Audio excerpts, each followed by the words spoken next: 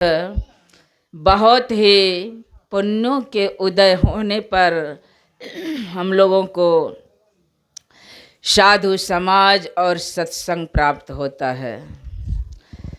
बहुत विशेष बात कि इस घर में जो विवाह के उपलक्ष्य में सत्संग का कार्यक्रम रखा गया है, यह विशेष बात है। यह सबके सौभाग्य की बात नहीं होता। शादी विवाह तो बहुत होता है, लेकिन जो सबसे पहले गुरु महाराज को स्थापित करके महात्माओं को बुलाकर सत्संग करना, सत्संग का कार्यक्रम रखना और सबसे पहले सत्संग करा के उसके बाद आगे की कार्यक्रम शुरू करना, यह सब बड़े सौभाग्य की बात है। तो आप लोगों ने यह काम करके दिखलाया, बहुत सुंदर लगा और ऐसा ही होना चाहिए भी।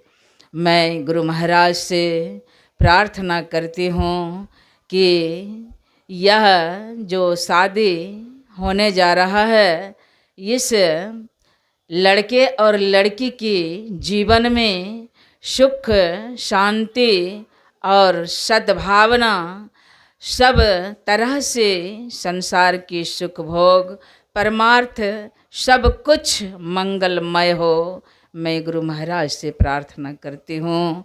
विशेष बात अब मैं नहीं कहना चाहती हूँ, क्योंकि प्रवचन होने जा रहा है। बड़े मुश्किल से महात्माओं के मुख से, साधु के मुख से बाबा को आप लोगों ने आमंत्रित किया, बाबा को बुलाया।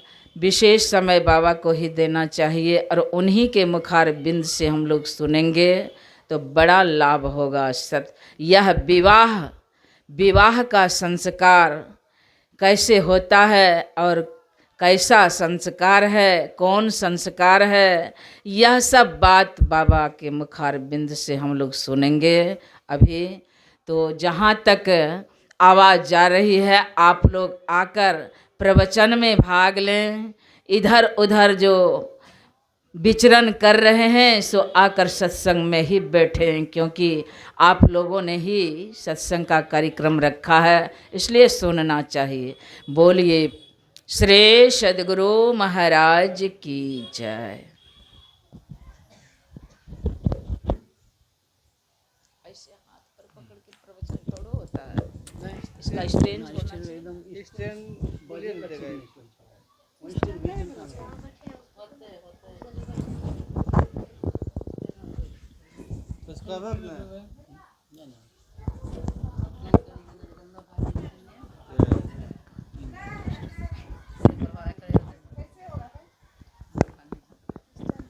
दर्द करने लगेगा। हम पकड़ दे। नहीं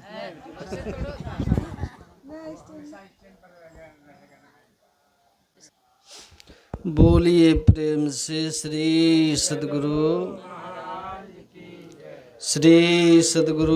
महाराज।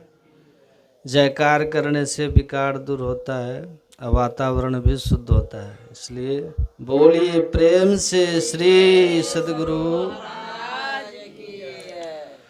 बंदो गुरुपद कंज कृपा सिंधु नर रूप हरि, महामोह तम पुंज जासु वचन रवि करनी कर।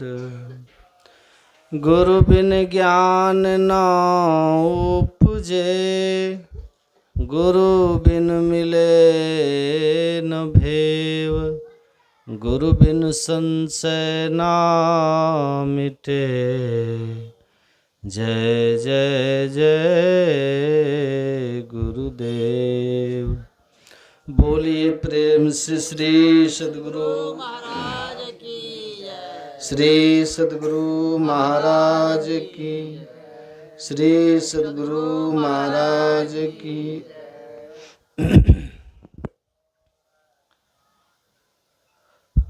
परमाराध्य संत सद्गुरु महर्षि में ही परमहंस जी महाराज के युगल पावन श्री चरणों में बारंबार नमन। उनके मस्तिष्क स्वरूप पूज्यपाद सदगुरु महर्षि संत श्री परमहंस जी महाराज के श्री चरणों में नमन। उनके हृदय स्वरूप संत साई स्वामी जी महाराज के श्री चरणों में नमन। समादरणीय धर्म प्रेमी सज्जनों, माताओं एवं भक्तिमती बहनों, हम लोग यहाँ श्री विजय शंकर यादव जी के आवास में, जिनसे आप लोग परिचित हैं, विजय शंकर यादव जी, उनकी सुपुत्री ब्यूटी कुमारी के वैवाहिक जीवन सुखी हो, मंगल हो, शांतिमय हो, इसीलिए आशीर्वाद देने के लिए मैं देवघर से, मेरी पूज्य माता जी आए हैं सत्संग के माध्यम से। तो जो ब्यूटी कुमारी है, उनका वैवाहिक जीवन आध्यात्मिक जीवन का आधार बने और इनका लोक भौतिक और आध्यात्मिक दोनों प्रगति हो, सुख शांति हो। मैं इनके वैवाहिक जीवन की सफलता के लिए प्रार्थना करता हूँ। आप सब के लिए भी बहुत बहुत शुभकामना है। बोलिए श्री। देखिए, संसार में सब लोग सुख चाहते हैं। ऐसा कोई है जो सुख की इच्छा नहीं रखता? सब चाहते हैं ना सुख। यह हमारे देश की, खास करके हमारे वैदिक सनातन धर्म की, हिंदू धर्म की विशेषता है, सबसे बड़ी विशेषता है। विवाह का एक धार्मिक संस्कार होना।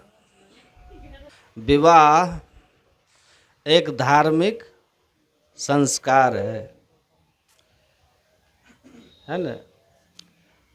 दूसरे धर्मों में क्या है? विवाह को धार्मिक संस्कार नहीं माना जाता। विवाह एक कॉन्ट्रैक्ट होता है, समझौता होता है दो लोगों के बीच में, समाज के लोगों की उपस्थिति में। दूसरे धर्मों की बात कर रहे हैं, जिसमें दोनों में से कोई एक अपनी इच्छा से उस संबंध को जब चाहे उसकी शर्तों को पूरा करके अलग हो सकते हैं। होता है कि नहीं? लेकिन हमारे धर्म में, हम लोग का धर्म क्या है? सनातन धर्म। सनातन धर्म में विवाह संस्कार का वर्णन तो है, लेकिन अलग होने का कहीं कोई वर्णन नहीं है। एक बार हिंदी के एक शिक्षक थे, जिनका नाम था, बहुत बड़े विद्वान व्यक्ति थे, डॉक्टर सच्चिदानंद पाठक। वो किसी बात पर उन्होंने कहा, किसी से कोई उनको कहा कि एक पति अपनी बीवी से तलाक ले लिया। एक पति अपनी बीवी से तलाक ले लिया। तो वो जो सच्चिदानंद पाठक जी थे, उन्होंने कहा कि भाषा को सुधार के बोलो, भाषा को सुधार के बोलो। का मतलब? का पति को बीवी नहीं होती, पति को पत्नी होती है ना। एक पति अपनी पति को तलाक दिया, ऐसा हमारी भाषा में है? नहीं है। एक शौहर अपनी बीवी को तलाक दिया, एक हस्बैंड अपने वाइफ से डाइवोर्स लिया, है ना, मतलब हस्बैंड और वाइफ और डाइवोर्स अंग्रेजी में है सौहर, बेबी और तलाक। ये कहाँ है? ये फारसी में है, लेकिन हिंदी में पति और पत्नी है, और बीच में कुछ है, कोई शब्द है? डाइवोर्स और तलाक है। ये दोनों हिंदी के शब्द है ही नहीं। तो हिंदी में तलाक जैसे शब्द नहीं है। क्यों? कि हमारे यहाँ शादी समझौता नहीं है। क्या है? 7 जन्म का बंधन, 7 जन्म का फेरा है ना शादी। अच्छा, जब अग्नि के फेरे लेते हैं, जब तो 7 फेरे लेते हैं ना, क्यों? 7 जन्म के लिए है।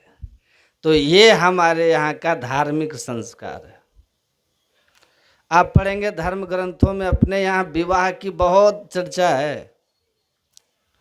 और जब पढ़ेंगे आप संतवानियों को पढ़ेंगे, वेद में पढ़िएगा, उपनिषद में पढ़िएगा, तरह तरह के ग्रंथों में पढ़ेंगे, हर जगह विवाह की चर्चा आती है। और विवाह की चर्चा है क्यों? विवाह को अपने यहाँ संस्कार कहते हैं। हम लोग वैदिक सनातन धर्मावलंबी हिंदू हैं, अपने यहाँ बहुत तरह के संस्कारों की चर्चा है।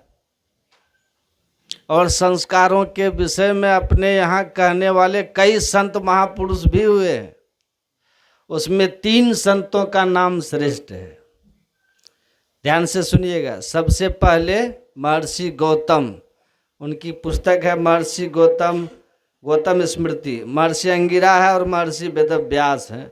इन 3 ऋषियों ने, 3 संतों ने संस्कार के विषय में बहुत कुछ कहा है ना। महर्षि गौतम ने मनुष्य के लिए 40 प्रकार के संस्कार का वर्णन किया है।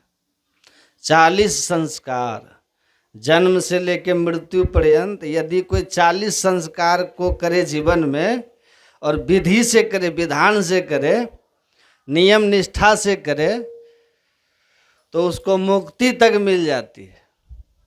40 संस्कारों का वर्णन है। लेकिन महर्षि अंगिरा ने देखा कि ये 40 संस्कार बहुत है, बहुत हो गया, सब कोई इसको कर नहीं पाएंगे। तो महर्षि अंगिरा ने क्या किया? 40 संस्कारों का संशोधन किया, और संशोधन करके उसको 25 पे लाए। कितना? बहुत ध्यान से सुनिएगा। 40 संस्कार को संशोधन करके महर्षि अंगिरा ने उसमें कुछ छांट के, कुछ जोड़ के, जो उपयुक्त था, 25 संस्कार को लाए। लेकिन जब बाद में वेदव्यास जी महाराज हुए, तब उन्होंने देखा कि 25 संस्कार भी सबके बस की बात नहीं है, ये भी सब कोई कर नहीं पाएंगे। तो वेदव्यास जी महाराज ने क्या किया? उस 25 में से भी और 9 को घटा दिया। तो कितना बच गए? अब 16 पर आ गए। उनका संशोधन किए, उस पर विचार विमर्श किए, उस पर चिंतन मनन किए, और जो अति आवश्यक संस्कार उनको लगा वेदव्यास जी को, वो 16 संस्कार वेदव्यास ने दिया। जन्म से लेकर मृत्यु पर्यंत ये 16 संस्कार हैं। उसी संस्कार में एक संस्कार है विवाह का संस्कार। ये विवाह संस्कार अपने यहाँ गर्भाधान संस्कार होता है, पुंसवन संस्कार होता है, जात कर्म संस्कार होता है, मुंडन संस्कार, उपनयन संस्कार है, कर्ण भेद संस्कार होता है, केशांत संस्कार होता है। ये बहुत तरह का संस्कार उसी एक संस्कार में है, विवाह संस्कार। और आप पढ़िएगा धर्म ग्रंथों में, संस्कार का अर्थ क्या होता है? सजाना। संस्कार का अर्थ क्या होता है? श्रृंगार करना। संस्कार का अर्थ होता है अपने को सुव्यवस्थित करना, सुसज्जित करना। संस्कार मतलब श्रृंगार करना। तो ये क्यों दिया ऋषियों ने? और आप ये भी पढ़ेंगे, संस्कार भी केवल मनुष्य के लिए ही दिया है। हम लोग जानते हैं ना 84 लाख प्रकार की योनियां होती हैं, 84 लाख प्रकार का शरीर होता है। लेकिन 84 लाख प्रकार के शरीरों में केवल मनुष्य के लिए संस्कार है। 16 संस्कार केवल मनुष्य के लिए है। और यदि मनुष्य ठीक ठाक विधि विधान से बिल्कुल व्यवस्थित होकर धर्म ग्रंथों के अनुकूल 16 संस्कारों से गुजरे तो उसका कल्याण हो जाता है, उसका उद्धार तक हो जाता है। इसकी बहुत महिमा है। सुन रहे हैं ना आप लोग? अच्छा, आप संतवाणी को पढ़िए, संतवाणी में बहुत इसकी महिमा है। संत कबीर साहब कहते हैं ना, करी श्रृंगार खड़ी, श्रृंगार करके खड़े हैं। क्यों खड़े हैं? अपने पति के दर्शन के लिए। हैं, बहुत वर्णन है। संत कबीर साहब एक जगह कहते हैं, दिन 10 नेहरवा खेली ले निज सासुर जाना हो। दिन 10 नेहरवा खेली ले निज सासुर जाना हो। दूसरी जगह कबीर साहब कहते हैं, मेरी सूरत सुहागिनी जागरी, क्या तुम सोवत मोह नींद में उठी के भजनिया में लागरी। सुहागिन किसको कहते हैं? सुहागिन हमारे गुरु महाराज ने इसका अर्थ किया है। सुहागिन का, सुहागिन उसको कहते हैं जो अपने पति से बहुत प्यार की जाती है, जिनको पति का बहुत प्रेम मिले, पति का बहुत स्नेह मिले, जो पति की प्रियसी हो, जो पति के अत्यंत प्रिया हो, उसको बोलते हैं सुहागिन। समझ रहे ना? तो कबीर साहब कहते हैं सुहागिन, और उधर क्या कहते हैं? दिन 10 नेहरवा खेली ले निज सासुर जाना हो। ये कितनी बड़ी बड़ी बात है। मीराबाई ने भी वर्णन किया, मीरा के भजन में सुनिएगा। मीराबाई कहते, पिया दूर पंथ महारो झीनो, जो मेरे पिया है ना वो तो बहुत दूर रहते हैं। अब पिया किसको कहते हैं? पिया कहिए या फिर पति कहिए, एक ही बात है ना। अब पदावली में पढ़िए, हमारे गुरुदेव जी ने एक पद लिखा है, पद का नाम है पीव प्यारा। पदावली में देखिएगा, पीव कहिए या पिया कहिए या पति कहिए, एक ही बात है। अब भागवत में है, वेद व्यास जी महाराज लिखे भागवत में, ब्रज की हजारों गोपियां थे ना, एक साथ मिलती थी हजारों की संख्याओं में। आज सब के सब प्रातः काल जाती थी, यमुना जी में स्नान करती थी। यमुना स्नान करने के बाद वहीं पर यमुना जी के तट पे जो बालू का जो होता था ना, बालू, उसी बालू की मूर्ति बनाती थी। यद्यपि बालू की मूर्ति बनती नहीं, बालू तो भंवर जाता है, रेत हो ना वो टिकता है, रेत तो भंवर जाता है। पर एक कल्पना करती थी गोपियाँ, बालू को रेत को इकट्ठा करके, और कल्पना करती थी सभी गोपियाँ कि ये कात्यायनी माता है। और कात्यायनी माता के सामने सब के सब गोपियाँ बैठ करके उनकी पूजा करती थी। कात्यायनी महामाये महाय विनोदेश्वरी पति में कुरुते नमः। हे माता कात्यायनी, हे महायोगिन, हे देवी, तुम ऐसी कृपा करो कि मुझे मेरे पति मिले।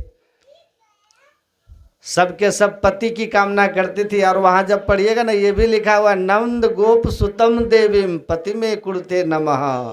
मतलब हे देवी ऐसी कृपा करना, नंद गोप का जो पुत्र श्री कृष्ण है ना, वो मेरा पति बने। हाँ, हजारों की संख्याओं में है।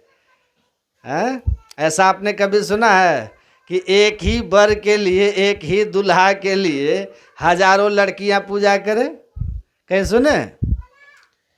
सबके अलग अलग पसंद होते हैं, सबके अलग अलग सबके होते हैं ना। लेकिन भागवत में लिखा, हजारों की संख्या में गोपियां प्रातः काल जगती थी, उठती थी, और सबके सब वहाँ जा कर के कात्यायनी माँ की पूजा करती थी। और यही मांगती थी पूजा करने के बाद, हे माता कात्यायनी, आप ऐसी कृपा करो, नंद गोप का जो पुत्र श्री कृष्ण है ना, वो मेरा पति बने।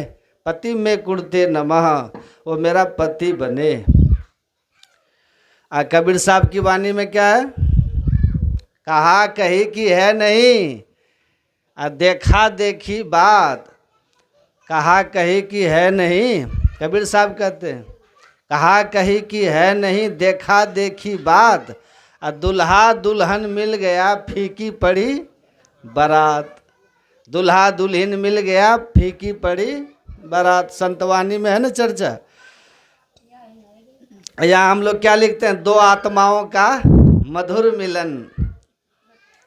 तो वहाँ लिखते थे दो आत्माओं का मधुर मिलन। संकेत तो बहुत अच्छा देते हम लोग, लेकिन ये बात सच है? यहाँ सच नहीं है, तो यहाँ तो हम लोग वास्तव में दो शरीरों का मिलन होता है, हम लोग ये देखते हैं। पर इसका आध्यात्मिक भाव देखिए, वहाँ लिखते हैं दो आत्माओं का मधुर मिलन, आध्यात्मिक भाव। वही कबीर साहब कहते हैं, देखा कहा सुनी की है नहीं, देखा देखी बात। दुल्हा दुल्हन मिल गया, फीकी पड़ी बारात। इसके भीतर बहुत भाव छिपा है।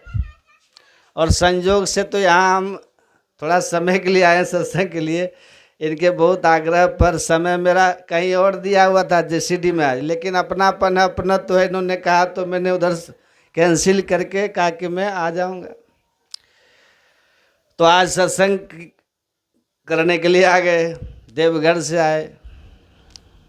तो मेरे मन में हुआ कि विवाह के उपलक्ष्य में सत्संग हो रहा है ना, तो विवाह के विषय को खूब बढ़िया से आदि अंत थोड़ा सा सुनिएगा, विवाह से संबंधित वाला। तो विवाह के उपलक्ष्य में सत्संग है ना, तो विवाह के बारे में ही खूब बढ़िया से कहेंगे। अब पूरा का पूरा वही समझेंगे जो ठीक से सुनेंगे। इधर उधर ताकिएगा तो सत्संग समझ में नहीं आएगा। इधर देखिए सब हमको, जो कुछ भी हम आप लोग को सुनाएंगे ना, वो सबका मूल आधार क्या होगा? संतवाणी। संतवाणी के आधार पर हम आपको सुनाएंगे। और संतों का ज्ञान कैसा है पता है?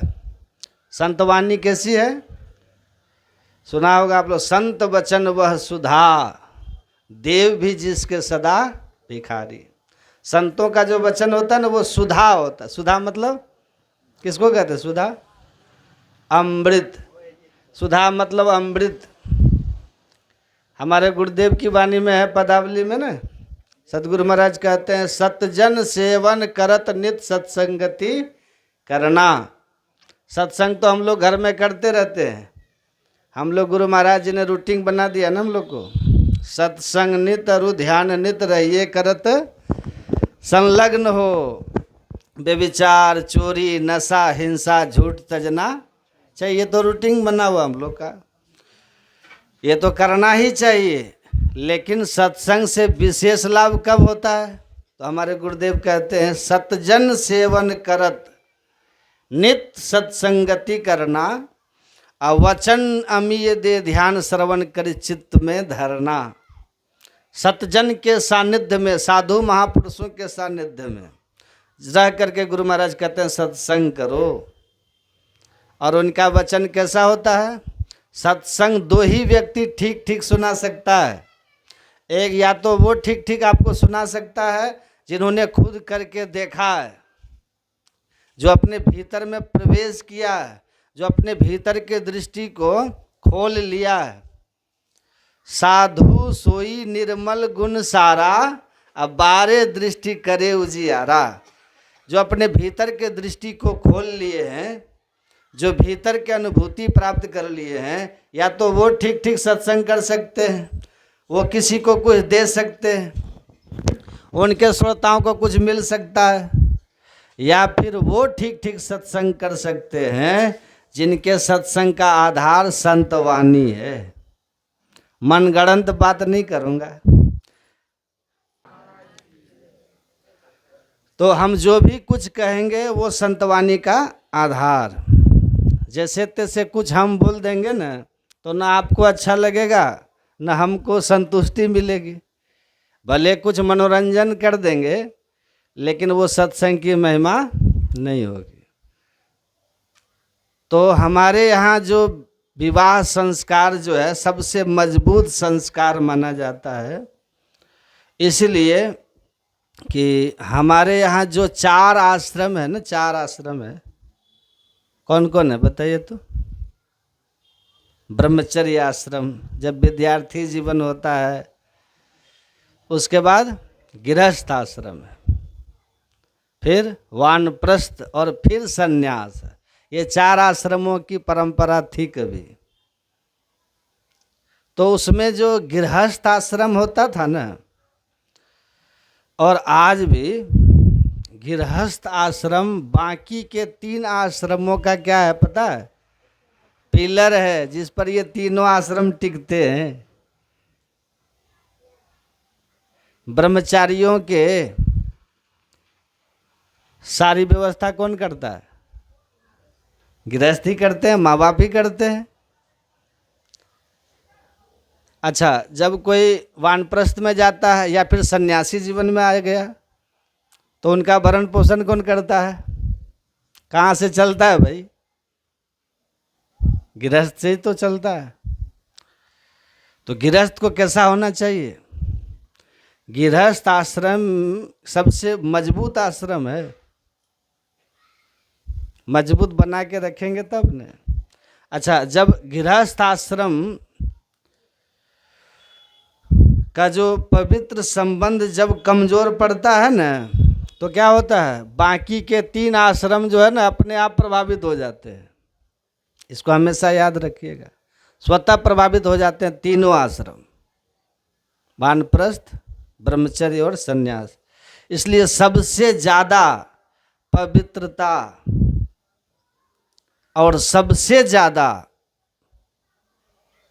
अपने उस लिए हुए 7 फेरों के साथ 7 वचनों पर, नहीं 7 वचन नहीं होता है, उस संकल्प पर टिकने की आवश्यकता गृहस्थाश्रम में होती है।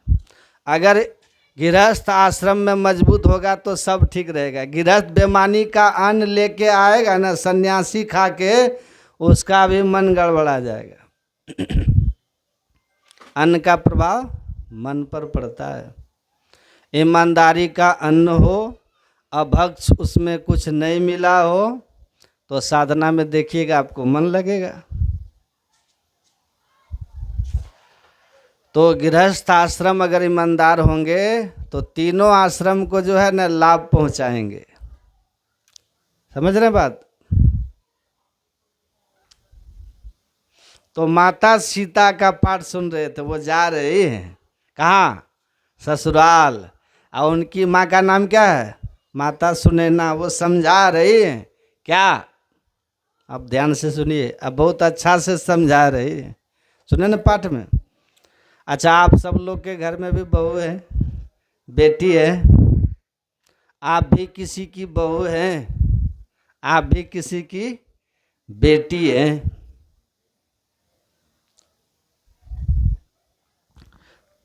तो माँ कैसा समझाती है सो देखिए। वेद में भी लिखा है, संस्कारात जनयति जननी भक्ति ही। ये वेद का वचन मैं सुना रहा हूँ, वेद में लिखा है। मतलब संस्कारात जनयति जननी भवती भक्ति ही। मतलब केवल संतान को जन्म दे देने से कोई जननी माँ नहीं हो जाती। न तरु बांझ भल बादि बियानी। कितना कठोर शब्द का प्रयोग किया गया है।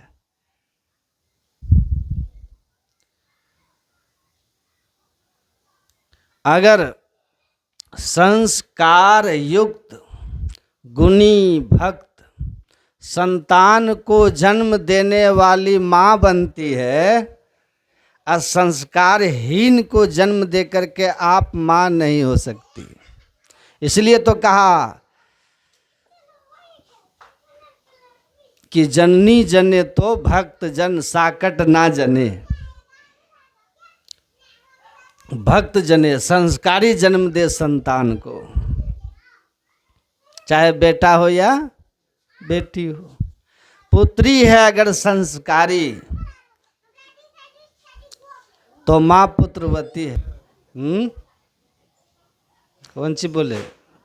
पुत्री है संस्कारी, पुत्री है संस्कारी तो माँ पुत्रवती है। पुत्रवती जननी जग सोई, रघुपति भगत जासु सुत होई। न तरु बांझ भल बादि बियानी। वेद भगवान ने कहा है कि केवल संतान जन्म दे देने से कोई जननी नहीं होता और न कोई जनक होता है। संस्कारी संतान को जन्म देके, भक्त संतान को जन्म देकर लोग माता पिता बनते। इसलिए वेद भगवान ने कहा कि मनुर्भवः प्रजायत। इधर देखिए ना आप लोग, इधर उधर देखिए, हम डिस्टर्ब हो जाते हैं। उधर देखिए,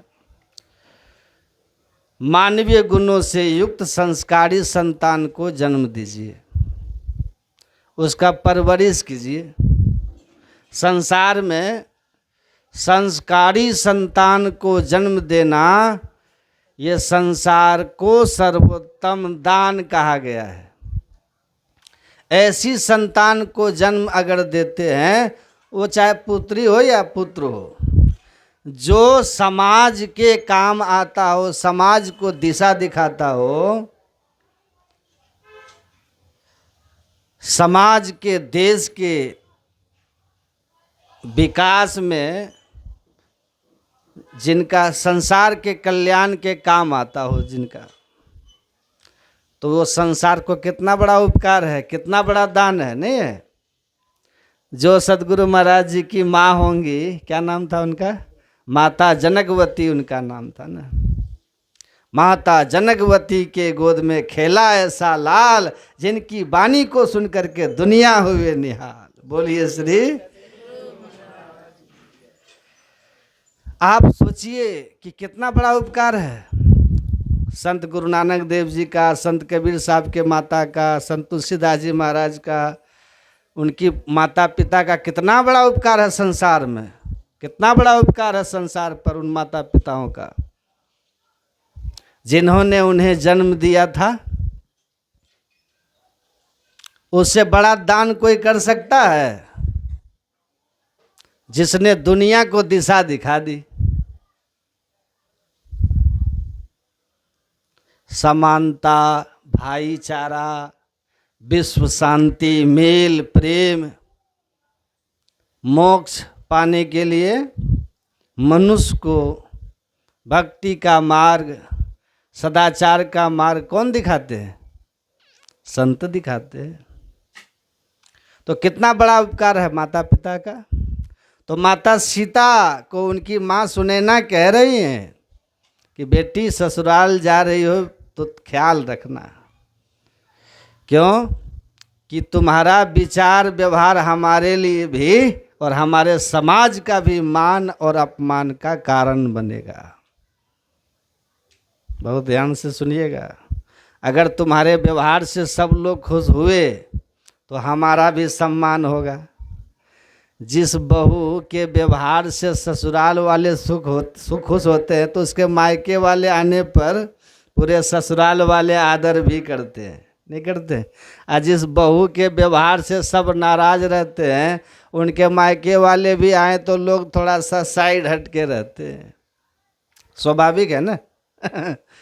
ये स्वाभाविक है, ये आप लोग देखते भी होंगे। तो ऐसा क्यों होता है पता है? व्यवहार, बच्चे के व्यवहार से परिवार, रिश्तेदारों का भी सम्मान बढ़ता है या घटता है। कोई पिता गर्व से लोगों के बीच कहता है ना कि वो मेरा लड़का है, वो मेरा बेटा है, मेरी बेटी है। गर्व से नहीं कहता। कई पिता ऐसे भी हैं जो कहीं जाते हैं ना विवाह शादी में, तो लोगों से कहते हैं कि बताइएगा मत कि मैं उसका बाप हूँ या मेरा वो बेटा है। क्यों? उससे मेरा सम्मान गिरेगा। और आपकी संतान किसी समाज में अच्छा काम किया हो, जस पाया हो, तो क्या करते हैं? तुरंत आप कहते हैं कि मैं उसका पिता हूँ, मैं उनकी माँ हूँ, मैं उसका भाई हूँ। नहीं कहते? बोलिए ना, कहते हैं ना। तो माता सीता को कहती है ससुराल जा रही हो बेटी तो पूरे समाज का ख्याल रखना। किसी गांव में किसी की शादी हुई है, वहाँ की लड़की आकर के ससुराल वालों को नाच नचा रखी है। अब फिर उसी गांव में दूसरे शादी के लिए कोई कहे तो कहेगा हाथ जोड़ते हैं उस गांव से। नहीं, एक आई है पानी भरवा दे रही है, हैं? अब एक की गलती से पूरे समाज को लोग हाथ जोड़ रहे हैं, बताइए। पाप है कि नहीं है? पूरे समाज के नाक कटा रखे आप हैं। या कोई आई है और लोग कहे कि उस गांव में हम भी अपने लड़के की शादी करेंगे, वहाँ की लड़की बड़ा संस्कारी होती है, फलाने बाबू की बहू है ना बहुत संस्कारी है, आपको पुण्य होगा कि नहीं होगा? होगा ना? बोलिए ना। समाज की जज बढ़ाए ना आप।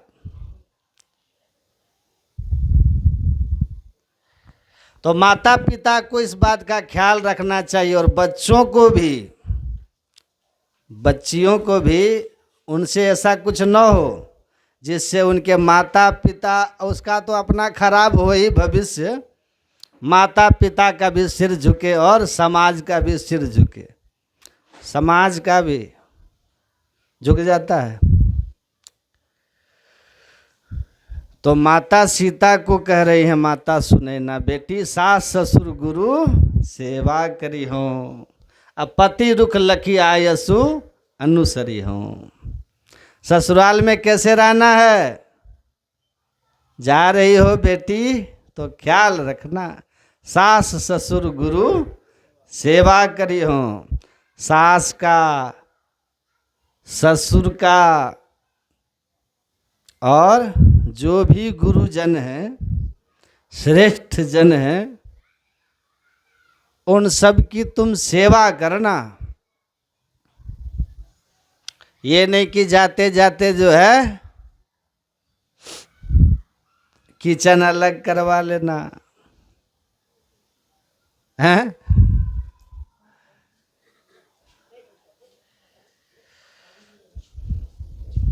बोलिए श्री। एक लड़की की शादी हुई, लड़के की, और उसकी जो पत्नी थी ना वो बोली, हाँ भाई हम तो आप रहोगे बाहर में, हम यहाँ नहीं रहेंगे। लड़का रेलवे में ज्वाइन किया था, तो जहाँ आप रहोगे वहीं हम रहेंगे। हम यहाँ आपके माता पिता के नौकर बन के तो नहीं आए हैं कि आप वहाँ रहेंगे और हम इनकी सेवा करें। जो आप कह रहे हो कि हम वहाँ रहेंगे, माँ बाप यहाँ कैसे रहेंगे हैं? तो हम तो नहीं रहेंगे। आप चले जाओगे ना हमें छोड़ करके, तो हम अपना मायके चले जाएंगे। जब आओगे तो फिर ले आना हमको।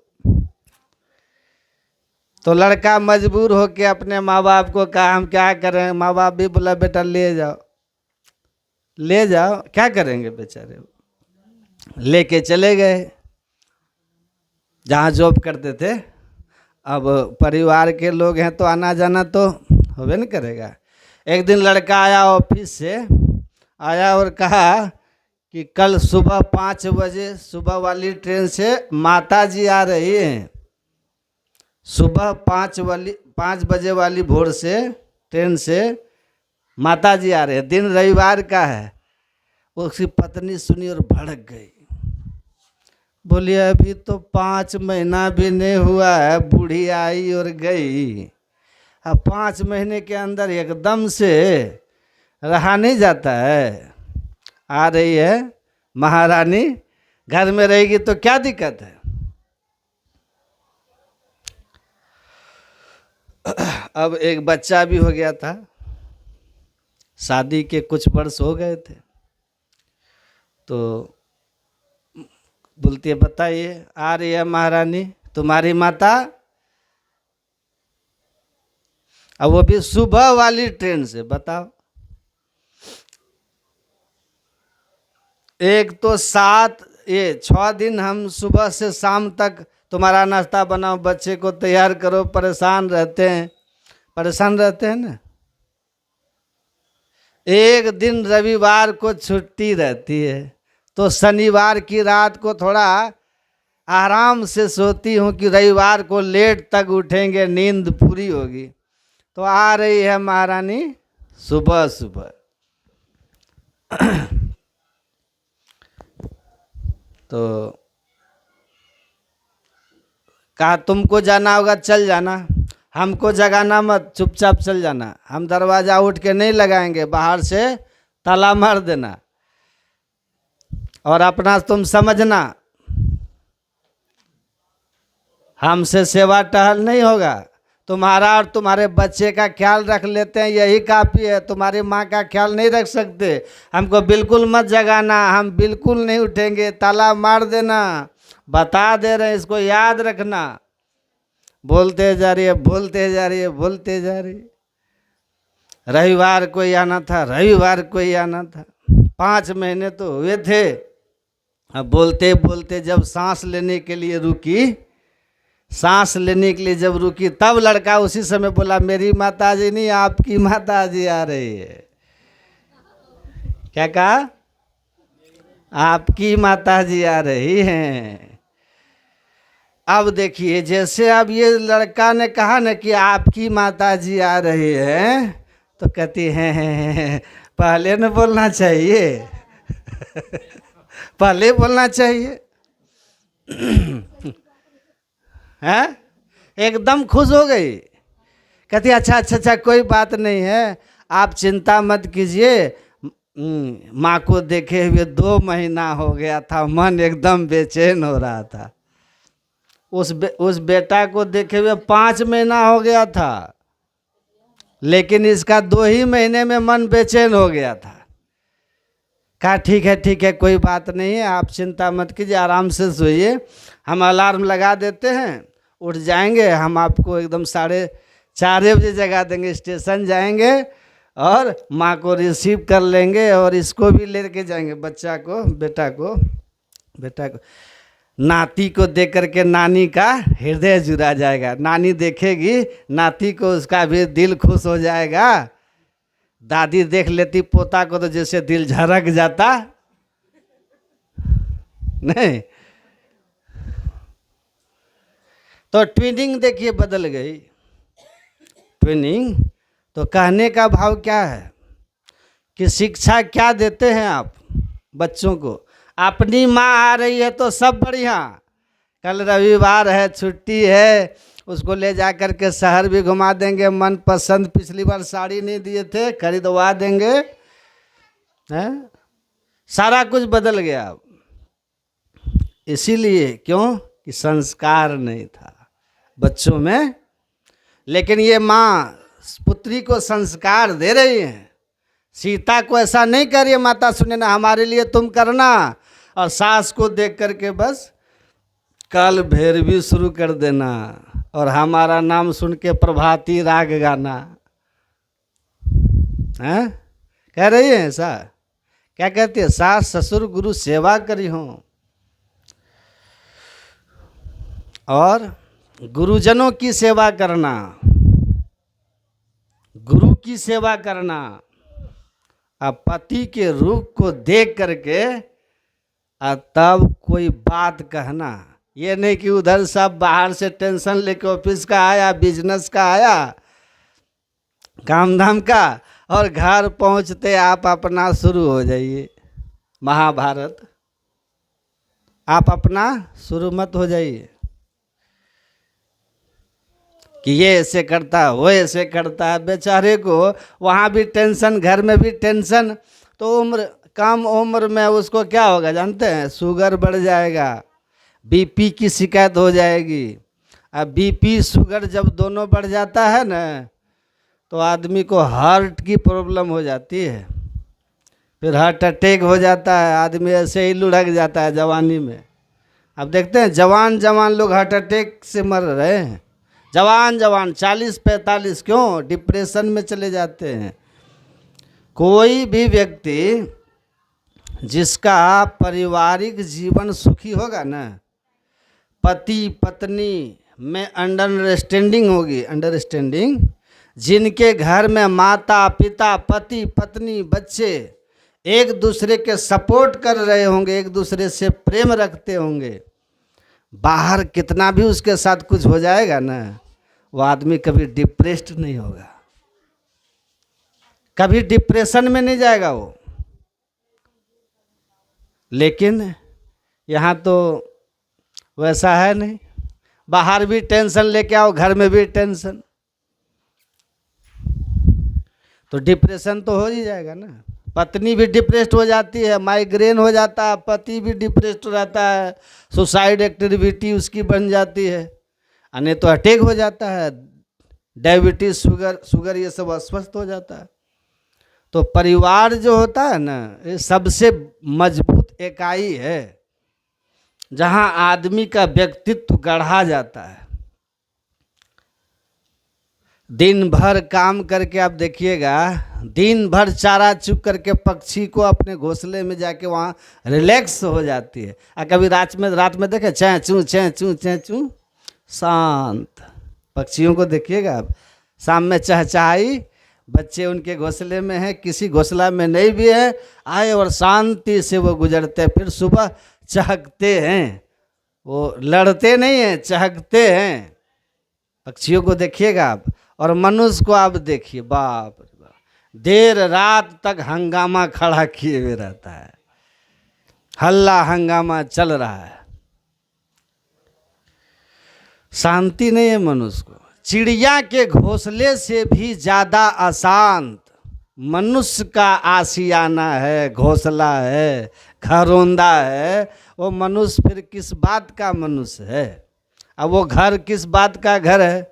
घर तो प्रेम से बनता है, अब बाकी तो मकान होता है।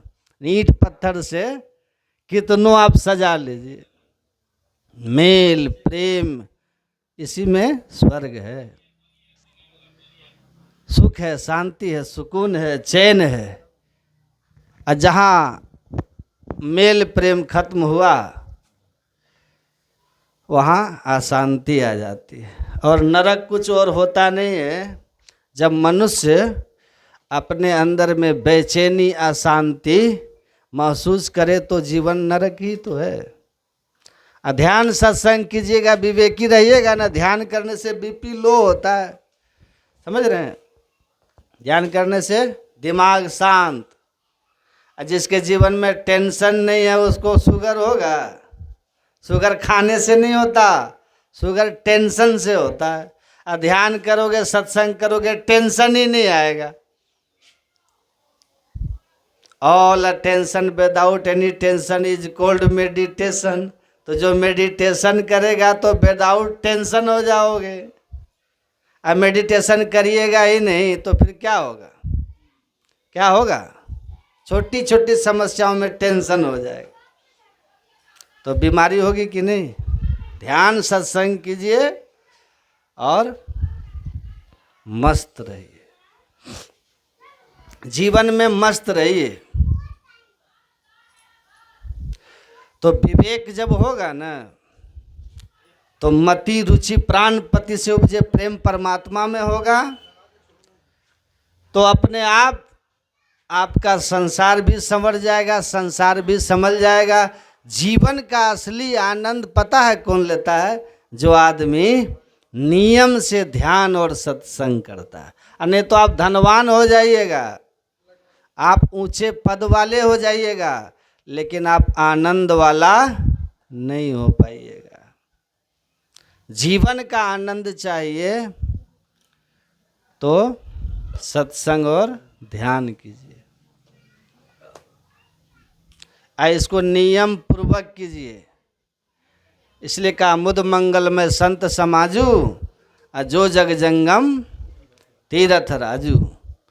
ये जो चलता फिरता हुआ तीर्थराज प्रयाग सत्संग है, साधु समाज का संग है, ये हम आपके कल्याण की जड़ है, आनंद कल्याण। इस आनंद कल्याण जड़ रूपी तीर्थराज प्रयाग में खूब प्रेम से आइए, सुनिए, समझिए, डुबकी लगाइए, तो अब देखिएगा आपका जीवन आनंदमय और कल्याणमय हो जाए। इस लाइन को एकदम कंठस्थ करके याद कर लीजिए। गुरु महाराज की इस वाणी को रोज दिमाग में घुमाइए। क्या? मास फागुन मस्त हो के किए बहुत बनाव हो, ऊँचे महलन जड़ित मणिगण सुख तबहु नहीं पाव हो। कुल भल अरु रूप भल अरु तिरिया भल पायो सही, आ सुख तबहु ना मिले बिनु ध्यान के सपनों कहूँ। इसको याद रखिए। मतलब संसार की सारी व्यवस्था आप कर लीजिए, लेकिन अगर आप सत्संग और ध्यान एकदम नियम से नहीं करते हैं समय निकाल कर, तो आप सुखी नहीं हो पाइएगा। जीवन में आपको शांति नहीं मिलेगी, और जिसके जीवन में सुख और शांति नहीं है ना, उससे बड़ा दरिद्र दुनिया में कोई नहीं है। बोलिए श्री। सबसे बड़ा दरिद्र आदमी। तुलसीदास जी महाराज रामचरितमानस में कहते हैं, बिना सत्संग के विवेक नहीं होता। जीवन में विवेक अगर चाहिए तो सत्संग करना पड़ेगा। भागवत के 5 स्कंद में जड़ भरत जी महाराज राजा रहुगण को उपदेश देते हुए कहते हैं, हे राजन, कहते हैं, बिना महत्पाद रजोभिषेकम, जीवन में अगर वास्तविकता में ज्ञान चाहिए तो जब तक किसी महापुरुष की चरण शरण में नहीं बैठोगे तब तक जीवन का वास्तविक ज्ञान मिलने वाला नहीं है। बिना महत्पाद रजोभिषेकम। और यही बात तुलसीदास जी महाराज कह रहे हैं, बिना सत्संग के विवेक नहीं होता। और विवेक क्या है, क्या सही है, क्या गलत है, क्या करना चाहिए, क्या नहीं करना चाहिए, इस बात की समझ जिसमें है, ऐसे व्यक्ति को विवेकवान व्यक्ति कहा गया। और सरल से समझिए थोड़ा, हमारे घर में आजकल हर चीज़ सेट मिलती है आपको, क्योंकि बुद्धि है ना सबके पास, तो हर चीज़ सेट मिलती है। बैठने के लिए सोफा सेट सबके घर में होता है, देखने के लिए टीवी सेट सबके घर में होता है, गले में पहनने के लिए गोल्डन सेट, किसी के घर में डायमंड सेट, डायमंड नहीं तो आर्टिफिशियली आते हैं आजकल। बैठने के लिए सोफा सेट है, देखने के लिए टीवी सेट है, गले में पहनने के लिए गोल्डन सेट है, एक साथ भोजन करने के लिए डिनर सेट है, बाकी सब सेट है, पर ये माइंड अप सेट है। इसलिए आए दिन लोग मिलते हैं, कहते हैं महाराज मेरा मूड ठीक नहीं है, मन बहुत परेशान है। क्यों? बोले सब सेट होने के बाद भी ये सेट नहीं है तो घर में शांति मिलने वाली नहीं है। और ये कहाँ सेट होगा? बोले सत्संग में। सत्संग में बिनु सत्संग विवेक न होई, और ये सत्संग बिनु राम कृपा सुलभ न सोई। बिना सत्संग के ये विवेक नहीं होता, और विश्वास मानिए बिना भगवान की कृपा के ये सत्संग भी नहीं होता। इतने सारे लोग बैठ के जो सत्संग कर रहे हैं ना, ये कोई साधारण बात नहीं समझिए। जो भी कर रहे हैं, जब भगवान कृपा कर देते हैं वही सत्संग में आते हैं, है ना। इसलिए सत्संग नित और ध्यान नित रहिए करत, ये मजबूत गढ़ सत्संग है। सत्संग गढ़ में वास हो, भवपास क्या करे। अब में ही जो अनुभव ज्ञान हो तो अनुमान क्या करे। असली गढ़ क्या है? सत्संग है। यहाँ जहाँ विकारों का आक्रमण होता ही नहीं। श्रृंगी ऋषि को मार दिया, दास पलटू कहे बचेगा वही, बैठ सत्संग दिन रेन जागा। सोभड़ी ऋषि का नाम सुने आप लोग? सोभड़ी ऋषि, सोभड़ी ऋषि का एक महात्मा सोभड़ी मुनि, जिनकी चर्चा थोड़ा सा कह के वाणी विराम दे देंगे। जमुना जी के जल में भीतर घुस के भजन करते थे सोभड़ी मुनि। इतने महान योगी थे कि पानी के भीतर प्राणायाम साध करके लगा समाधि ध्यान मग्न रहते थे। पानी में इसलिए घुस के भजन करते थे, न दुनियादारी देखूंगा, न मुझे कोई देखेगा, न प्रपंच में पढ़ूंगा। इसलिए पानी में भीतर घुस के भजन करते थे जमुना जी के जल में। और उनका मानना ये था कि माया मेरा क्या बिगाड़ लेगी, ये विकार हमें क्या करे। अरे माया में तो वो फंसेंगे जो दुनियादारी में रहेंगे और देखेंगे, हमें न रहना है न देखना है, तो फंसने का प्रश्न ही नहीं उठता है। और माया तो माया ठहरी, ज्ञान नाम पीछे सांसी देवी भगवती ईसा। माया ने दिखा दिया एक दिन चमत्कार उसको। क्या दिखाया? बाबा जी पानी में बैठ के भजन तो कर रहे थे, जब समाधि उनकी खुली, आँख खोल के देखा तो पानी में जो जलचर है, मछली, मगर, कछुआ आदि, तो आँख खोलने पर मछली और मत्स्य का मैथुन मिलन देख लिया। तो मछलियों का जब आपस में मिलन देखा, बस माया ने उसी दृष्टि से हमला कर दिया सोभड़ी मुनि पर। अब बाबा के मन में अब क्या हुआ? संसार की वासना जागृत हो गई उन मछली को देखकर। और तुरंत बाहर निकल के आए बाबा जी। अब पानी में बरसों तक महात्मा रहे हैं तो पानी से शरीर भी गल गया है ना, और उम्र इतनी अधिक हो गई है कि आंखों की पलकें तक नीचे लटक गई हैं, मुंह में एक दांत नहीं रहा, शरीर की खाल त्वचा लटक गई है। अंगम गलितम फलितम मुंडम दसन विहीनम जातम तुंडम वृद्धो यापि गृहीत्वा दंडम तदपि न मुंचत्यासा पिंडम भज गोविंदम गोविंदम भज मूढ़ मते। भगवान शंकराचार्य जी ने चरपट पंजरिका में बड़ा सुंदर चित्रण किया है वृद्धावस्था का। तो वो हालत महात्मा की हो रही है, शरीर की सोबड़ी मुनि की। अंगम गलितम, शरीर पूरा विगलित हो गया है। पलितम मुंडम, बाल सब पक गए। दसन विहीनम, दसन मन दांत, दांत एक भी नहीं बचा, दसन विहीन मुख हो गया है। दसन विहीनम जातम तुंडम, फिर भी वृद्धो यापि गृहीत्वा दंडम, वो बुढ़ा फिर भी दंडा लिए घूम रहा है। क्यों? तदपि न मुंचत्यासा पिंडम, ये आशा पिंड फिर भी नहीं छोड़ रहा है। दुनिया की तमाम प्रकार की इच्छाएं आशाएं लिए बैठा है, ये और कर लूँ, वो और बना लूँ, ऐसा और कर लूँ, ये आशा है, महत्वाकांक्षाएं लिए बुढ़ा घूम रहा है। ये हालत महात्मा की हो गई, वो तपस्वी सोबड़ी मुनि की।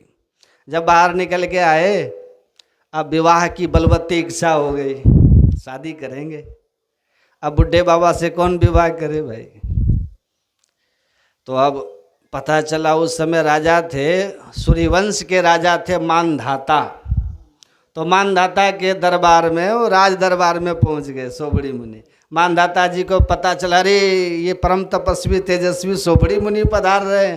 तो राजा ने तुरंत खड़े होकर ब्राह्मणों के द्वारा स्वस्ति वाचन बुला करके बड़ा जोरदार स्वागत किया, अगुवानी करी, महात्मा को ऊंचे आसन पर बैठा के उनके चरण धोए, पूजन किया, प्रार्थना करी, हो भाग्य हमारे जो आप जैसे संत पधारे। कैसे आना हुआ महाराज? पुराने महात्मा जो होते थे ना, बहुत निष्कपट होते थे, भीतर कुछ बाहर कुछ, ऐसा नहीं होता था। भीतर बाहर से एक, मन में जो आ गया, चाहे वो अच्छा हो चाहे वो बुरा हो, वो तुरंत खुल के कह देते थे। यही निष्कपटता है, छुपाव नहीं है। छोटे बच्चे जैसे कुछ भी दुराव छुपाव नहीं रखते ना, ऐसे निष्कपट मन संतों का होता है। जब राजा ने कहा कि कैसे आगमन हुआ महाराज, बाबा जी तुरंत बोले, राजन हमारा विवाह करने का मन हो रहा था। तो चले आए। अब सुनकर के राजा नीचे से ऊपर ताकने लगे, हरे राम। तो महाराज फिर यहाँ आना कैसे हुआ? बोले राजन हमने ऐसा सुना है कि तुम्हारी 50 बेटियां हैं। बोले हाँ महाराज है तो सही, तो एक का विवाह हमसे कर दो। अब तो सुनते ही राजा के होश उड़ गए, अरे राम राम राम। अब महात्मा बड़े तपस्वी हैं, ये भी जानते हैं कि इनका मूड खराब हो गया तो ये भस्म कर सकते हैं, कुछ भी श्राप दे सकते हैं। तो महात्मा का भय भी है राजा को, परंतु जो बात ये करें वो भी नहीं मान सकते, क्योंकि 50 बेटियां सब राजकुमारी हैं, राजघराने की हैं। इन बुढ़े बाबा से कौन विवाह करेगा? और यदि मैंने आदेश दे के जबरदस्ती विवाह कर भी दिया तो वो बेटी तो हमें जिंदगी भर गाली देगी। अब बड़े धर्म संकट में पड़ गए राजा मानधाता, कैसे बचे? तो हाथ जोड़ के बोले महाराज जी बुरा मत मानिएगा, हमारे यहाँ स्वयंवर की प्रथा है। हमारे यहाँ बेटी अपना वर स्वयं ही चुनती है, उसका नाम है स्वयंवर। हमारे भारत की संस्कृति कितनी पुरानी है, और फिर भी उस पुरानी संस्कृति में भी कितना स्वातंत्र है कि जबरदस्ती कन्या का विवाह नहीं, कन्या अपना विवाह का स्वयं ही जो पति के रूप में किसी को वर्ण करती थी, उसका नाम है स्वयंवर प्रथा। तो महाराज जी हमारी बिटिया का हम स्वयंवर करेंगे, उसमें जो बेटी आपको पसंद कर लेगी मैं तुरंत आपका उनसे विवाह कर दूंगा। राजा ने मन में सोचा, ना कोई पसंद करेगी ना मुझे विवाह करना पड़ेगा, और अपने आप ही बात खत्म हो जाएगी। तो ऐसी बात कही तो सोबड़ी मुनि ने बुरा नहीं मना, ठीक कह रहे हो, आपकी जैसी परंपरा वही रहनी चाहिए। तो एक काम करते हैं, राजा ने कहा महाराज एक काम करो, स्वयंवर तो जब होगा तब होगा, आप अंतःपुर में अभी चले जाइए, जहाँ रणवास होता ना, जहाँ किसी पुरुष का प्रवेश नहीं होता राजघराने में, स्त्रियों का ही निवास होता है। आप मेरे रणवास में अंतःपुर में चले जाइए, जहाँ मेरी 50 बेटियां रहती हैं, उनमें से जो तुम्हें पसंद कर देगी मैं तत्काल अभी आपका विवाह उसके साथ कर दूंगा। बोले हाँ ये बात तुमने ठीक कही राजन। तो बोले पधारिए महाराज। अब महात्मा जब भीतर अंतःपुर में घुसने लगे तो मन में सोचने लगे कि राजा का मंतव्य हम समझ गए, हमको कौन पसंद करेगा भाई बुढ़े बाबा। तो उन्होंने, तपस्वी तो थे ही ना, तपो बल से संकल्प ले लिया और संकल्प करते उनका इतना सुंदर स्वरूप प्रकट हो गया जो कामदेव को भी लज्जित कर दे। नव यौवन संपन्न परम तेजस्वी नवयुवक का स्वरूप देह उन्हें प्राप्त हो गया। संकल्प करते, तपस्या में बहुत चमत्कार है। तपस्या तो ये समझ लो नगद नारायण खजाना है। अब जो तुम खरीदना चाहो खरीद लो। पैसा जिसके पास होता है ना, अपनी सुख सुविधा की कोई भी सामग्री रुपया से खरीद सकता है, परंतु पैसा वाला यदि खतरनाक स्वभाव का है तो वो किसी को भी अपहरण करा सकता है, मरवा सकता है। पैसे से सब प्रकार से कुछ भी हो सकता है भाई। हाँ, तो उसी प्रकार जिसके पास तपस्या है तो चाहे आशीर्वाद दे करके किसी को बेटा दे दे, है ना। अब वो चाहे तो किसी को क्रोध करके श्राप दे करके भस्म भी कर दे। तपस्या का बल है, जो चाहो उपयोग करो। तो राजा ये सौभड़ी मुनि ने, महात्मा ने संकल्प करके नव यौवन संपन्न अपना स्वरूप प्रकट कर लिया। तो जैसे ही स्वरूप प्रकट किया और जैसे ही भीतर प्रवेश किया, भीतर रणवास में, तो भीतर प्रवेश करते ही राजा की तरफ से संदेश राजकुमारियों को दिया गया कि इनको जो भी पसंद करेगी उसका विवाह इन्हीं से हो जाएगा। अब राजा ने जब महात्मा को भेजा भीतर तो एकदम बुढ़े थे। अब भीतर जाके वो संकल्प करके नव यौवन संपन्न हो गए। और जब विवाह का प्रस्ताव राजकुमारियों के सामने आया तो 50 में झगड़ा चालू हो गया। क्या? एक कहती है देखो मेरी इनके साथ जोड़ी बहुत बढ़िया बनेगी इसलिए मैं इनसे विवाह करूंगी। तो उसकी बड़ी बहन बोली तुझे शर्म नहीं आती, जब मैं बड़ी तेरे से हूँ तो पहला विवाह मेरा होना चाहिए इसके साथ, तो पहले विवाह कैसे कर सकती है। महात्मा के सामने 50 बेटियों में महाभारत चालू हो गया। जब बहुत ज़्यादा झगड़ा हुआ तो महात्मा मुस्कुरा के बोले सुनो किसी को झगड़ने की ज़रूरत नहीं है, तुम 50 हमारे साथ चलो। अब महात्मा ने 50 राजकुमारियों से विवाह कर लिया। अब 50 को लेकर के विवाह करके चले गए। अपने उसी तपोबल से विराट नगर बसा दिया और उस शहर में 50 के लिए अलग अलग भवन बना दिए। 50 का निवास स्थान हो गया। अब 50 रूप बना करके 50 के साथ रहने लगे। परिणाम ये हुआ कि कुछ ही दिनों के बाद 5000 बच्चे पैदा हो गए। बोलिए श्री। ये भागवत की कथा हम सुनाए 9वें स्कंद की। तो सोचिए जरा माया की प्रबलता। जब 5000 बच्चे हो गए, पूरा शहर बस गया उनका अपना स्वतंत्र, तब एक दिन फिर उनको वैराग्य उठा। अहो इमाम पश्चात में विनाशम। बाबा ने बैठ के फिर विचार किया धिक्कार है मुझे, मैंने तो अपना सत्यानाश कर लिया। सारी तपस्या मेरी चौपट हो गई, करा धरा सब बेकार हो गया। ये मैंने क्या नगर बसा लिया पूरा। मैं सोच रहा था कि न संसार में रहूँगा, न दुनिया को देखूँगा, न चक्कर में फंसूँगा। इसलिए जमुना जी में भीतर घुस के भजन करने गया था। माया की प्रबलता देखो, मेरे को फंसाया तो ऐसा फंसाया कि पूरा नगर बसाया। इतना बड़ा परिवार हो गया मेरा। इन्हीं सारी तपस्या मेरी चौपट हो गई। महात्मा को फिर वैराग हुआ तो सब छोड़ छाड़ के फिर भजन करने। जब आए कौन, वो राजा को जब पता चला कि मेरी 50 बेटियों का विवाह बाबा जी से हो गया। अब बाबा जी सबको लेके चले भी गए, कैसे रहते होंगी मेरी बेटियां। तो उनको मन में जिज्ञासा हुई कि एक बार चल के बेटियों से पूछा जाए। तो वर्णन आता है जब राजा आए तो बड़ी बेटी के पास भवन में पहले गए। उनका ऐश्वर्य जब देखा तो राजा के होश उड़ गए, अरे राम राम, ये ठाट तो मेरे महलों में भी नहीं है जो बाबा जी ने तैयार रखी है, तैयार करके तपोबल से। बेटी से मिलके पूछा, बेटी कोई कष्ट? बोले नहीं पिताजी कोई कष्ट नहीं। किसी भी प्रकार का? बोले नहीं। हाँ एक कष्ट है थोड़ा सा पिताजी। क्या? बोले मेरे पति मुझे छोड़ के 1 मिनट को भी घर से बाहर नहीं निकलते। तो मैं कभी कभी सोचती हूँ कि मेरी और जो शेष बहनें हैं जिन्होंने इनसे विवाह किया वो तो बड़ी दुखी रहती होंगी, उनको भी तो आकर के इनको समय निकालना चाहिए, उनको समय देना चाहिए, नहीं तो उनकी ज़िंदगी तो बेकार हो गई। बस यही कष्ट है पिताजी, बाकी और कोई कष्ट नहीं। मैं तो चाहती हूँ, मुझे तो अच्छा लगता है ये मेरे पास ही रहें, पर बहनों को जब विचार करती हूँ उनके बारे में तो मुझे थोड़ा कष्ट आता है। अरे राम राम, ये बात तो बिल्कुल ठीक नहीं। तुरंत दूसरी बिटिया के पास गए, उससे पूछा तुम्हारा क्या हाल है? बोले पिताजी सब आनंद है। कोई कष्ट? बोले एक ही कष्ट है कि मेरे पति मुझे छोड़ के तो 1 मिनट को भी नहीं निकलते। वही समस्या पूरी उसने सुना दी। 50 बेटियों से मिले और 50 का एक ही जवाब मिला। राजा के होश उड़ गए, गजब हो गया भाई। तो ये महात्मा का तप, ये प्रभाव, पर माया की प्रबलता को देखो, ऐसे तपस्वी महात्मा को भी उठा के कहाँ से कहाँ कर दिया। तब बाबा जी छोड़ के फिर जमुना जी में घुस गए और फिर भजन करने लग गए। फिर भगवान से कहा प्रभु आप बचाओ तो बचेंगे, अन्यथा हम जीवों की सामर्थ्य नहीं है जो आपकी माया से टकरा करके अपने बल पर बच सके।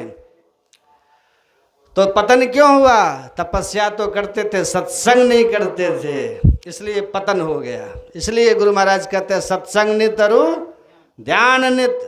सत्संग नित करो और ध्यान करो और 5 पापों से बचो, झूठ चोरी नशा हिंसा व्यभिचार, और संतों से युक्ति जान करके नाम का जप करें, फिर गुरु रूप का ध्यान करें, दृष्टि योग नाद अनुसंधान करें तो परम कल्याण होगा। तो ज़्यादा कुछ नहीं कहते हुए बस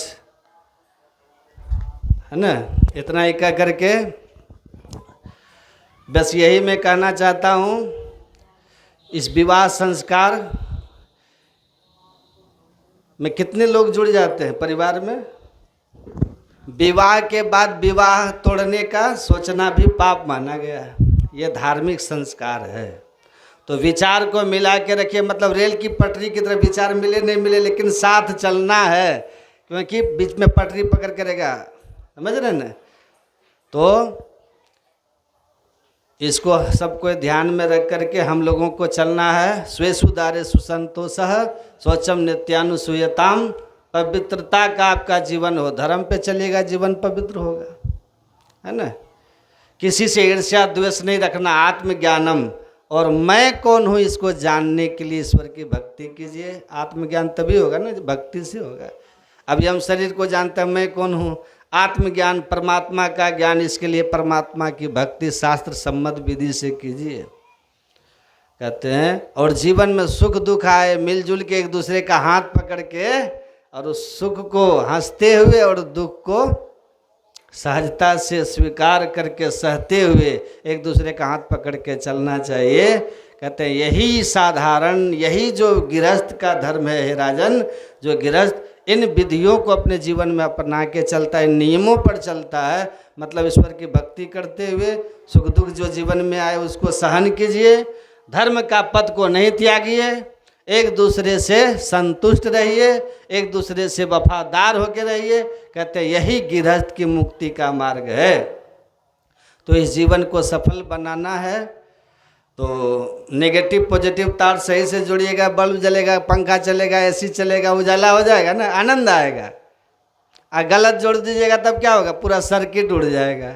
तो पति पत्नी का यही है, जब एक बोले तो दूसरा चुप हो जाओ, दूसरा बोले तो पहला चुप हो जाओ। सर्किट एकदम ठीक से जोड़ के रखो। सही जोड़ के रखोगे जीवन आनंदमय, सुखमय, शांतिमय हो जाएगा।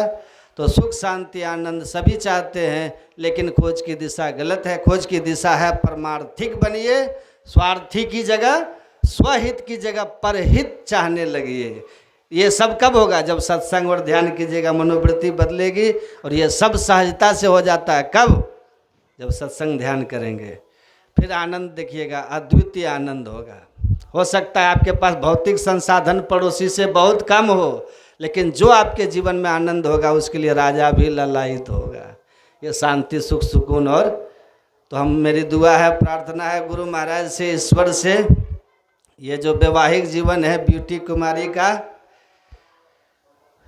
क्या नाम है उनके पिता का, श्री विजय शंकर यादव जी की जो सुपुत्री है ब्यूटी कुमारी, और उनके पति का क्या नाम है, हाँ, अमित कुमार। इन दोनों का वैवाहिक जीवन सुखमय हो, शांतिमय हो, आनंदमय हो। आप सब भी उनके लिए दुआ करें, प्रार्थना करें, है ना, भक्तिमय हो। आप सब लोग भी, आप सबका भी शुभ मंगल कल्याण हो। बोलिए प्रेम से श्री सद्गुरु। देखो भजन गा दो। जप ले हरि का नाम मनवा, जप ले हरि का नाम, जप ले हरि का नाम मनवा, जप ले हरि का नाम। इनके नाम से बन जाएंगे, इनके नाम से बन जाएंगे तेरे बिगड़े काम मनवा। जप ले गुरु का नाम मनवा, जप ले गुरु का नाम। नाम तो वो धन है जो निर्धन को धनवान बना दे। नाम तो वो धन है जो निर्धन को धनवान बना दे। नाम ही नर को नारायण की सही पहचान करा दे। मतलब एक है राम कहे तू, मतलब एक है राम कहे तू, या कह ले घनश्याम मनवा। जप ले गुरु का नाम मनवा, जप ले गुरु का नाम, जप ले गुरु का नाम मनवा, जप ले गुरु का नाम। सूरज चांद सितारे पर्वत नदिया ताल समंदर। सूरज चांद सितारे पर्वत नदिया ताल समंदर। नाम के बल से ही चलते हैं ये धरती ये अंबर। नाम के बल से ही चलते हैं ये धरती ये अंबर। नाम ही लेकर दिन उगता है, नाम ही लेकर दिन उगता है। नाम से डलती शाम मनवा। जप ले गुरु का नाम मनवा, जप ले गुरु का नाम, जप ले गुरु का नाम मनवा, जप ले गुरु का नाम। सपने को अपना समझे तू, रेत के महल बनाए। सपने को अपना समझे तू, रेत के महल बनाए।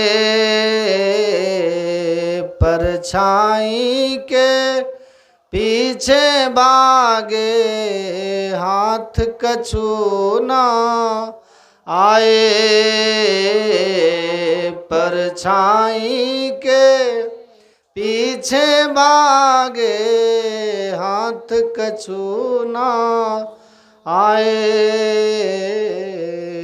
नाम के पेड़ की छाँव तले तू, गुरु नाम के पेड़ की छाँव तले तू, कर ले कुछ विश्राम मनवा।